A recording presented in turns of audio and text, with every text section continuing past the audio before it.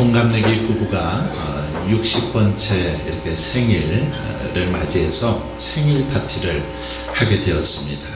그런데 생일 파티 도중에 한 천사가 나타나서 그들 부부를 향해서 그렇게 말하는 겁니다. 당신들은 60평생 살아가면서도 그동안 부부싸움 한 번도 안 하고 행복하게 잘 살았으니까 내가 당신들의 소원을 들어주겠소. 한번 소원을 뭐든지 한 가지씩 얘기해 보시오. 이렇게 말하는 겁니다. 먼저 부인에게 소원을 말하라고 했습니다. 그러자 부인은 우리는 그동안 너무너무 가난해서 여행 한번 제대로 못 가봤는데 남편과 한번 꼭 세계 여행을 한번 좀 갔으면 좋겠습니다. 이렇게 소원을 빌었습니다. 그러자 갑자기 펑 하는 소리와 함께 그 부인의 손에 세계 여행 티켓 2장이 딱 쥐어졌습니다. 이제 남편 차례가 되었습니다. 남편, 당신은 소원이 뭐요? 그렇게 천사가 물으니까 이 남편은 참 속이 없게도 저는 저보다 30살 어린 여자와 결혼하고 싶습니다. 이렇게 말하는 겁니다. 그러자 펑 하는 소리와 함께 정말 소원이 들어졌습니다. 어떻게 들어졌을까요? 남편 나이가 90살이 되었답니다. 여러분은 저마다 한 가지씩 소원은 다 가지고 있을 것입니다. 만약에 이 시간 하나님께서 여러분에게 소원 한 가지만 들어봐라, 말해봐라, 그러면 뭐든지 들어주겠다라고 말씀하신다면 여러분은 무슨 소원을 빌겠습니까? 우리는 지희, 고화, 또 직업, 나이를 불문하고 누구나 마음속에 한 가지씩, 아니 한 가지 이상 다 바램을 가지고 살아가고 있습니다. 원하는 것들이 있다라는 거지요. 오늘 본문은 제사장들의 축복문이죠. 이 아론의 축복 기도라고도 합니다.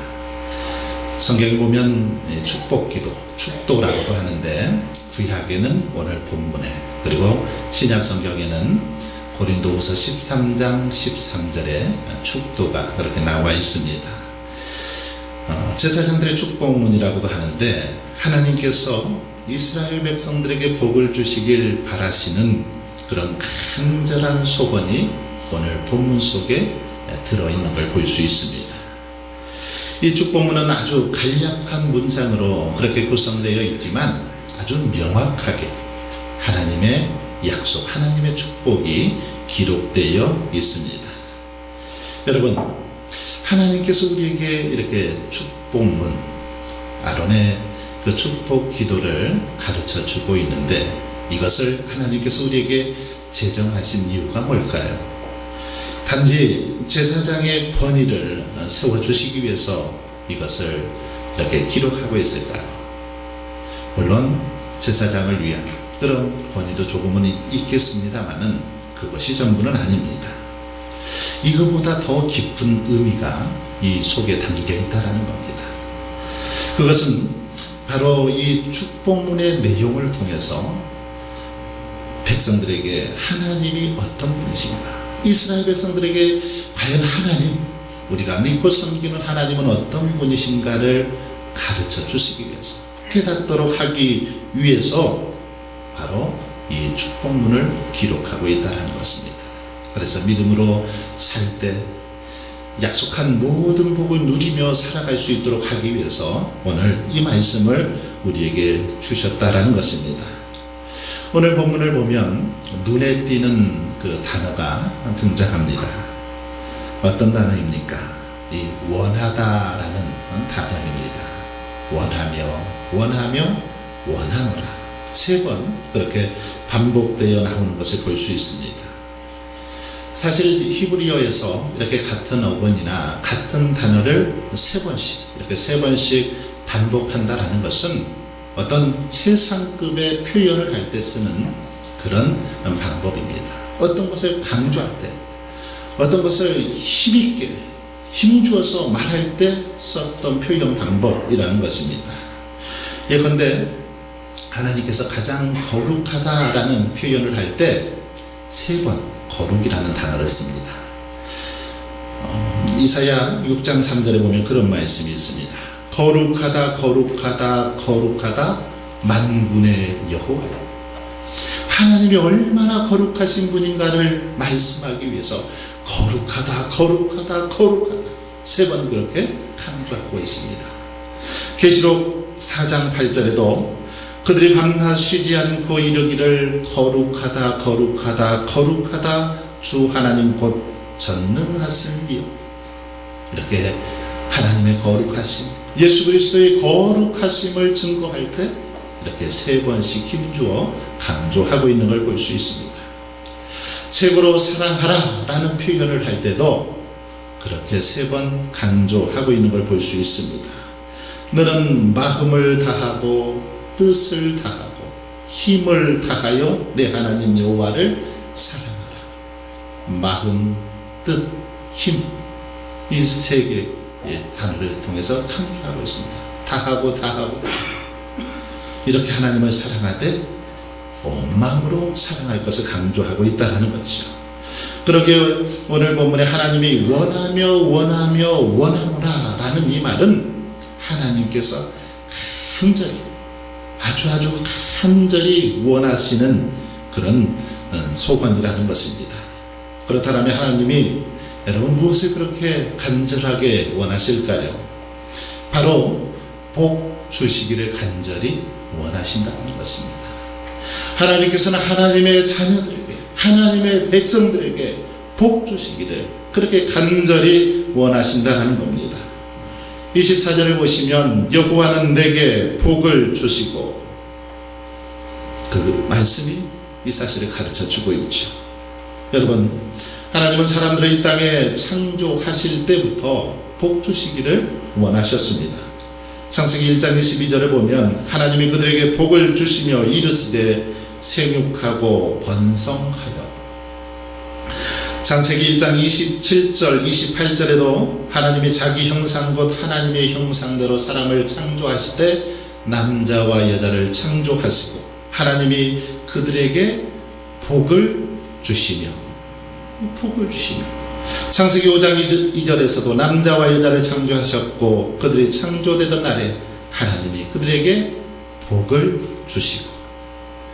여러분, 성경을 자세히 한번 읽어보십시오. 온통 복 이야기로 가득한 것을 볼 수 있습니다. 사람을 지으셨을 때도, 홍수 직후에도, 아브라함을 부르셨을 때도, 독자 이삭을 믿음으로 바치려 했을 때도 하나님께서는 그들에게 복을 주시마 약속하고 있는 걸 볼 수 있습니다. 이삭에게도 야곱에게도 하나님께서 복을 주셨다. 이 사실을 성경은 계속해서 증거하고 있는 걸 볼 수 있습니다. 창세기 9장 1절에 보면 하나님이 노아와 그 아들들에게 복을 주시며 그들에게 이르시되, 12장 2절에도 내가 너로 큰 민족을 이루고 내게 복을 주어, 22장 16절 17절에 보면 내가 이같이 행하여 내 아들 내 독자도 아끼지 아니하였으니 내가 내게 큰 복을 주고 내 씨가 크게 번성하여 하늘의 별과 같고 바닷가의 모래와 같게 하리니. 창세기 28장 14절에도 땅의 모든 족속이 너와 내 자손으로 말미암아 복을 받으리라. 계속해서 복에 대해서 강조하고 있는 걸 볼 수 있습니다. 성경에 온통 복 이야기로 이렇게 도배할 정도로 하나님은 처음부터 한결같이 저와 여러분에게 복 주시기를 원하셨다라는 사실입니다. 이처럼 우리 하나님께서는 저와 여러분이 다른 무엇보다도 복 받기를 간절히 원하신다는 사실, 이 말씀들을 통해서 알 수 있습니다. 그렇습니다. 하나님은 자기 백성에게 복 주시기를 간절히 원하시는 분입니다. 물론 하나님께서 자기 백성에게 복 주시기를 간절히 원하시는 것, 그것은 그들에게 어떤 공로가 있거나 그들에게 복을 주지 않으면 안 될 피치 못할 사정이 있기 때문에 그런 것은 아닙니다. 하나님께서 복 주시기를 간절하게 원하시는 것, 이것은 하나님의 은혜로우신 성품 때문입니다. 하나님은 복의 근원이시기 때문에 우리에게 복 주시기를 원하신다는 겁니다. 따라서 우리는 하나님의 축복의 손 아래 언제든지 베풀어 주시는 복을 그 손 아래서 받을 수 있는 것입니다. 하지만 어떻습니까? 하나님께서 이렇게 저와 여러분에게 복을 주시려고 하심에도 불구하고 우리는 복을 받아 누리지 못할 때가 있습니다. 그 이유가 무엇일까요? 하나님께 주실 복이 없기 때문입니까? 하나님께 문제가 있어서 그런 것입니까? 그렇지 않습니다. 문제는 바로 우리들이, 저와 여러분이 하나님의 복을 받을 만한 그릇이 준비되어 있지 않기 때문입니다. 다시 말해서 우리들이 하나님의 풍성한 복을 받을 만한, 담을 만한 그릇이 준비되어 있지 않기 때문에 하나님께서 복 주시려고 해도 그 복을 받지 못한다는 것입니다. 여러분, 그렇다면 우리가 준비해야 될 그릇 무엇일까요? 그것은 바로 믿음과 순종의 그릇입니다. 하나님께 대한 믿음, 그리고 말씀에 대한 순종, 이 그릇이 잘 준비되어질 때 우리는 복을 받을 수 있는 것입니다. 그러므로 저와 여러분은 하나님의 복을 담을 수 있는 바로 믿음과 순종의 그릇을 잘 준비할 수 있기를 바랍니다. 이렇게 우리 하나님은 복 주시기 원하시는데, 그러면 하나님이 주시는 복, 구체적으로 어떤 복입니까? 오늘 본문은 하나님께서 어떤 복을 주시겠다고 우리에게 약속하고 있습니까? 먼저 24절 하반절에 보면 너를 지키시기 원하며 라는 그런 단어가 나옵니다. 바로 지켜주심의 복입니다. 하나님께서 저와 여러분을 지켜주시겠다라는 것입니다. 제사장의 축복을 자세히 살펴보면 이것은 주로 영적인 측면의 복을 다루고 있는데, 제일 먼저 당신의 백성들에 대한 절대적인 보호를 선포하고 있습니다. 하나님의 백성들, 하나님의 자녀들, 그들을 철저히 하나님께서 지키시겠다, 보호해 주시겠다라고 그렇게 선언하고 있습니다. 여러분, 사실 하나님께서 우리를 지켜주시는 것만큼 큰 복도 없을 것입니다. 시편 121편에 보면 하나님은 우리를 어떻게 지켜주시는지 여기 잘 표현이 되어 있습니다. 어떻게 우리를 지켜주십니까? 여기 보면 지키신다라는 단어가 6번 등장하고 있습니다. 여호와는 너를 지키시는 이시라. 언제 지키십니까? 밤낮 졸지도 아니하시고 주무시지도 아니하며 지키신다라고 기록하고 있습니다. 이스라엘을 지키시는 이는 졸지도 아니하시고 주무시지도 아니하시리로다. 그렇게 말씀하고 있습니다. 어떻게 지켜주십니까? 우리를 실족하지 않도록 지켜주시겠다라는 겁니다. 실족하지 않도록 보이지 않는 그 손으로 우리를 붙들어 주심으로 그렇게 지켜주시겠다라고 약속하고 있습니다. 여호와께서 너를 실족하지 아니하게 하시며 그는 넘어진 아주 엎드러지지 아니함은 여호와께서 그의 손으로 붙드시니라. 시편 37편 24절 말씀이지. 이렇게 하나님께서는 보이지는 않지만 능력의 손으로 붙들어 주심으로 우리를 지켜주시겠다라고 말씀하고 있습니다. 또한 낮에 해가 우리를 상하게 하지 못하도록 우편에서 그늘이 되어 주시겠다라고 말합니다. 밤에 달이 우리를 해치지 못하도록 친히 피난처가 되어 주심으로 저와 여러분을 지켜주시겠다라고 약속하십니다. 그리고 모든 환난을 면하게 하시고 지키시겠다. 이 사실을 시편 121편을 통해서 계속해서 강조하고 있습니다. 사랑하는 성도 여러분, 이렇게 하나님께서는 저와 여러분을 지켜주시는 분입니다. 이것이야말로 어쩌면 하나님께서 이렇게 지켜주시겠다 약속하신 이 약속이야말로 얼마나 큰 복이요 축복인지 알 수 없습니다. 왜 그렇습니까? 하나님께서 우리를 지켜주시지 않으면 우리가 아무리 어떤 것을 든든히 세우기 위해서 노력해도 아무 부질 없는 것이기 때문입니다. 우리가 아무리 힘을 쓰고 애쓰고 만약에 하나님께서 지켜주시지 않는다라면 아무 소용이 없기 때문에 하나님이 지켜주심은 너무나 큰 복입니다. 솔로몬은 이 사실을 너무 잘 알았습니다. 그래서 시편 127편 1절에서 이렇게 고백하고 있습니다. 여호와께서 집을 세우지 아니하시면 세우는 자의 수고가 헛되고 여호와께서 성을 지키지 아니하시면 파수꾼의 깨어있음이 헛되도다. 그렇습니다.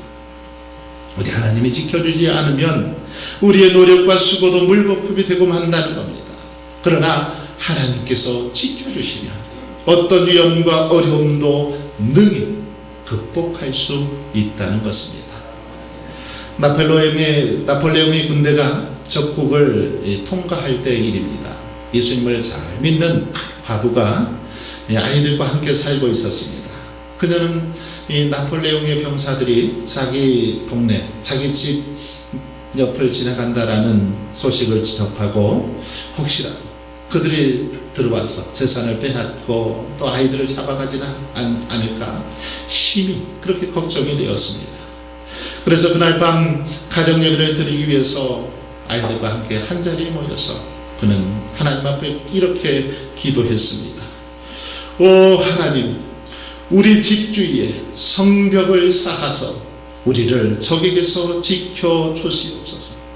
간절히 그렇게 기도했습니다. 예배를 마치고 아이들은 잠자리에 들면서 어머니의 이 기도가 무슨 내용인지 잘 몰라서 서로 그 기도 뜻이 뭐냐고 물으면서 그렇게 잠이 들었습니다. 불안과 공포의 밤이 지나고 마침내 아침이 되었습니다. 그때 아이들은 비로소 어머니의 기도가 어떤 의미의 기도였는지를 알 수 있었습니다. 밤사이에 눈보라가 쳐서 그들이 살고 있던 집을 전부 하는 눈이 다 그냥 쌓아버린 겁니다. 집을 다 눈으로 그렇게 뒤덮어버린 겁니다. 그래서 병사들은 그 집을 지나갈 때 그곳에 집이 있는지도 모르고 그렇게 지나쳐 갔다라는 것입니다. 여러분, 그렇습니다. 하나님은 외적의 침입으로부터, 원수의 그런 괴계로부터 우리를 지키시고 보호해 주시는 분입니다. 졸지도 주무시지도 않고 눈동자처럼 지켜주시는 바로 우리 하나님이십니다. 그러므로 우리를 지켜주시는 하나님 때문에 저와 여러분은 결코 두려워하거나 근심하거나 걱정하지 말고 주님의 평안을 누리며 살아갈 수 있기를 바랍니다. 다음으로 하나님이 주시길 원하시는 두 번째 복은 무엇입니까? 그것은 은혜 베푸심의 복입니다. 25절에 보면 여호와는 그의 얼굴을 내게 비추사 은혜 베푸시기 원하니. 여기서 은혜, 이 은혜란 말은 무슨 말입니까? 하나님께서 값없이 거저주시는 선물, 하나님께서 값없이 거저 베풀어 주시는 자비, 이것을 은혜, 이렇게 말합니다. 사실 하나님과 우리 사이는 고용주와 고용인 관계가 아닙니다. 곧 하나님은 일정한 대가를 주고 사람들을 부리는 그런 고용주가 아닙니다. 우리 역시도 어떤 근로계약서를 이렇게 써서 근로계약에 따라서 일정한 보수를 받고 일을 하는 그런 고용인이 아니란 말입니다. 그러면 하나님과 우리 사이는 어떤 관계입니까? 바로 은혜의 관계입니다. 즉 우리는 감히 고개조차 제대로 들 수 없을 만큼 완악하고 패역한 존재이지, 죄로 인해서 영원히 죽을 수밖에 없는 그런 존재들이지만 하나님께서는 값없이 은혜 베풀어 주셔서 하나님의 자녀를 삼아 주셨다라는 것입니다. 하나님께서는 영원히 죽을 수밖에 없는 우리들에게 하나님의 은혜의 얼굴을 비춰서 우리에게 은혜를 베풀어 주셨다라는 것입니다. 그래서 마치 물고기가 물 밖에서 살 수 없듯이 우리 역시 하나님의 은혜 없이는 단 한순간도 살아갈 수 없는 그런 존재들이 되게 하셨다라는 겁니다. 여러분, 우리는 날마다 하나님의 은혜를 공급받아야 하는데 그러기 위해서 어떻게 해야 될까요? 하나님의 은혜 없이는 살 수 없는 인생이기에 은혜를 받아야 됩니다. 그러기 위해서 어떻게 해야 됩니까?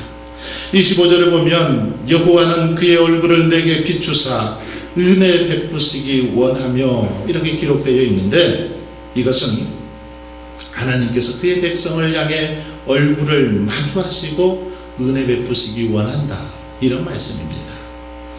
자, 여러분, 여기서 한 가지 중요한 사실을 발견할 수 있습니다.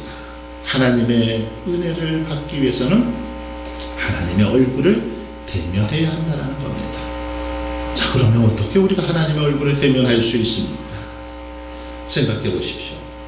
하나님께서 아무리 은혜 베푸시려고 얼굴을 비추셔도 받는 사람들이 얼굴을 외면해 버린다면 어떻게 그 은혜를 받을 수 있겠습니까? 그럴 수 없습니다. 그러기에 진정 은혜 받기 원한다면 우리도 얼굴을 향해서 하나님과 대면해야 한다는 것입니다. 하나님의 얼굴을 대면해야 한다는 거죠. 자, 그러면 여러분, 어떻게 우리가 하나님의 얼굴을 대면할 수 있을까요? 성경에 보니까 직접 대면하면 살 수 없었습니다. 죽을 수밖에 없었습니다. 그러면 어떻게 해야 우리가 하나님의 얼굴을 대면할 수 있을까요? 바로 말씀과 기도와 예배를 통해서 가능합니다. 말씀을 통해서 하나님의 얼굴을 대면할 수 있다는 것입니다. 말씀에는 하나님의 모습이 그대로 다 나타나 있습니다. 하나님이 어떤 분이신지, 하나님의 사랑이 어떤 건지, 하나님의 계획하심이 무엇인지, 하나님의 마음이 말씀 속에 잘 나타나 있습니다. 그리고 기도하는 자에게 하나님께서는 나타나셔서 그의 기도를 들으시고 말씀하십니다. 그리고 하나님께서는 예배를 통해서 성도들을 만나주시고 함께 거하시는 것을 볼 수 있습니다.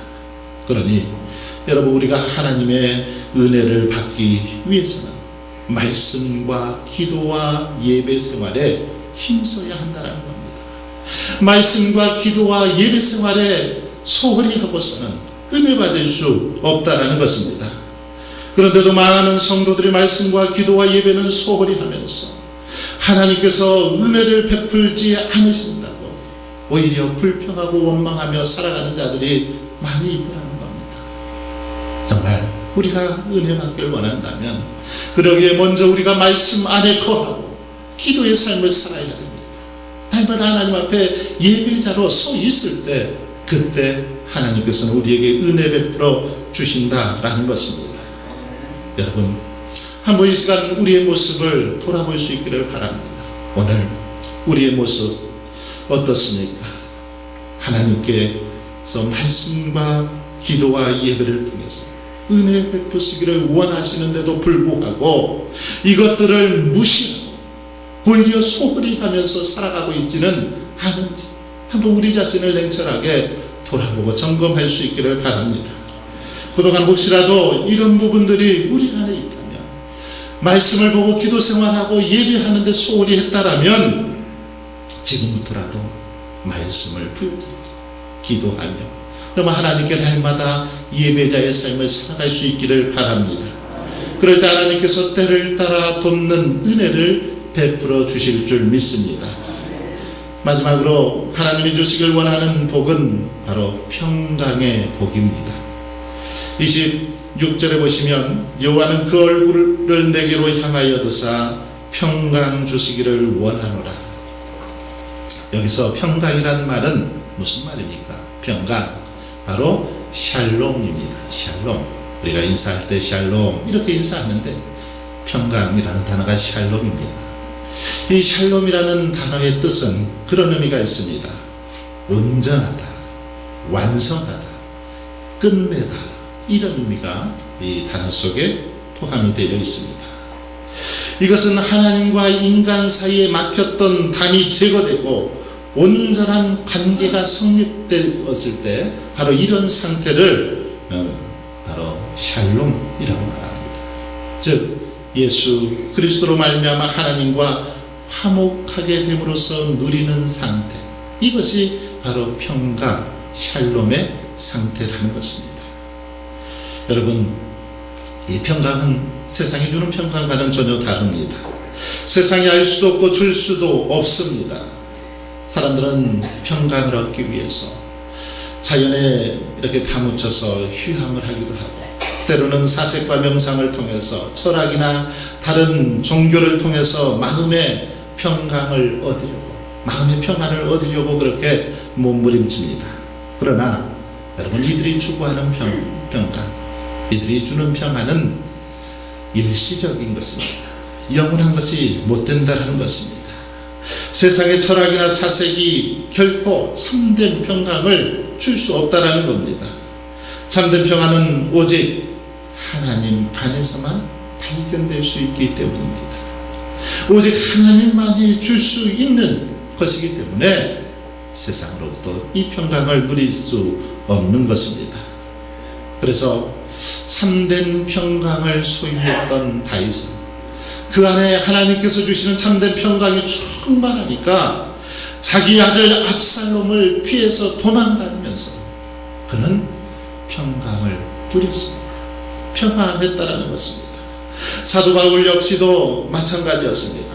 하나님께서 주시는 평강이 있었기 때문에 복음을 전하다 수없이 많은 어려움을 당했지만, 수없이 많은 죽을 고비를 넘겼지만, 그러나 그 속에서도 평안할 수 있었다라는 겁니다. 오히려 배가 부서지는 그런 상황 속에서도 평안함을 유지할 수 있었고, 다른 사람들에게 평안할 것을 권면할 정도까지 되었다라는 것입니다. 그래서 바울은 언제나 이 평강을 노래하면서 서신서를 쓸 때마다 이 평강을 빌고 있는 걸 볼 수 있습니다. 하나님 우리 아버지와 주 예수 그리스도로부터 은혜와 평강이 너희에게 있을지어다. 바울은 편지를 쓸 때마다 자신 안에 있는 이 평강을, 하나님께서 베풀어 주시는 이 은혜를 그렇게 증거하고 있었습니다. 사랑하는 성도 여러분, 여러분은 지금 세상이 알 수 없고 줄 수도 없는 그 평강을 누리고 계십니까? 가정과 직장, 교회 안에서 만나는 많은 사람들에게 이 하나님의 평강을 증거하고 있습니까? 아니면 불안과 공포로 여전히 마음의 평강을 잃어버리고 그렇게 살아가고 있지는 않습니까? 만일 아직도 우리 안에 하나님의 참 평강을 누리지 못한다면 평강의 근원이신 하나님만을 바라보며 이제 하나님께 담대히 나아갈 수 있길 바랍니다. 하나님께 담대히 나아가서 하나님을 바라보고 의지할 때 하나님께서는 우리에게 세상이 줄 수 없는 참 평강을 허락해 주실 줄 믿습니다. 일시적인 것이 아니에요. 영원한 평강, 거짓이 아닌 참 평강을 저와 여러분에게 허락하여 주실 줄 믿습니다. 정말 이런 은혜가 저와 여러분의 삶 속에 함께 하시길 주님의 이름으로 축원합니다.